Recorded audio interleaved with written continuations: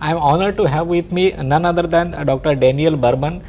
Sir is the Director for Nuclear Cardiology and Cardiac Imaging, SEDAS CNL. So, welcome to the show, sir. So, sir, I would like to begin with asking you, can you just throw some light on the technological improvements in the cardiac imaging, the value based and the demonstration of value in surviving these technologies? What's important is that our testing provide value. And that means we either have to improve quality or reduce costs. Right. The good news is that technology has been advancing rapidly. And regardless of which field we look at, from nuclear cardiology, cardiac CET, cardiac MRI, and echocardiography, everything is improving dramatically. So, sir, what are the challenges you would like to see or you can encounter while using these different technologies? Well, I think what we have to do is we need to use the test in the right patient at the right time. And to illustrate that, we should look at coronary artery disease. This disease ranges from prevention, acute coronary syndromes, stable disease, or heart failure. In the patient who needs prevention, the more expensive techniques, the stress imaging or angiographic techniques, really don't play a role.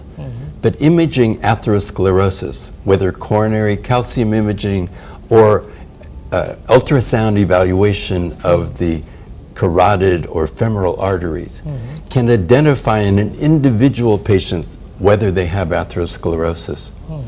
Now, this approach has been shown to be far superior to looking at simple risk scores in evaluating a patient and guiding their subsequent therapies. I believe in prevention that atherosclerosis imaging is going to provide value. So, sir, I would like to ask you what are the preventive and the diagnostic recommendations for such kind of clinical settings, sir?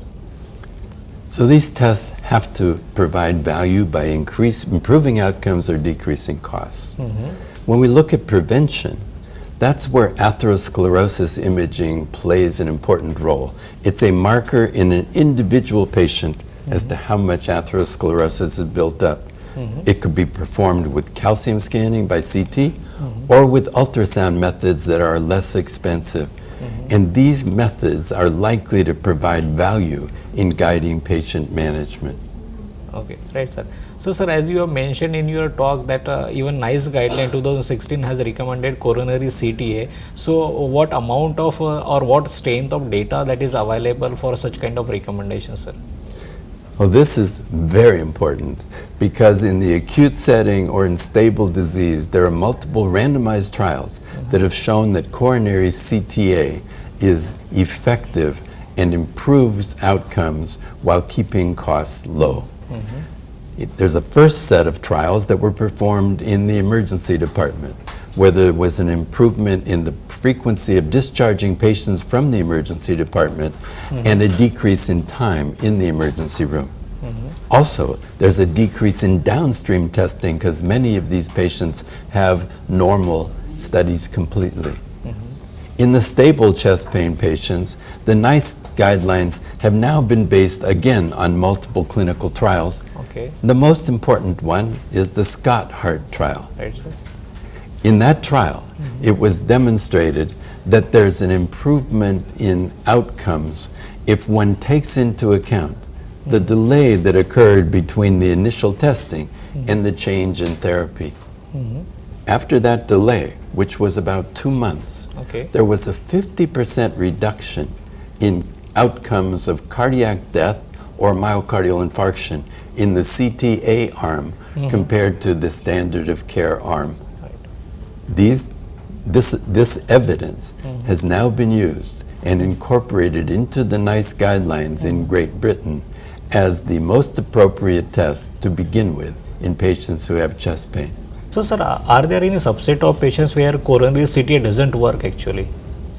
There are, and that's an important question. When there's too much calcium in the arteries or when patients have renal failure, as examples, CT is not effective.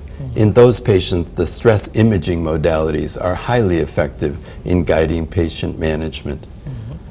if we wanted to put all of this information together, what we need to keep in mind is that the test results have to alter patient management in order for them to provide value. Okay. Okay. Thank you, sir. Thank you so much.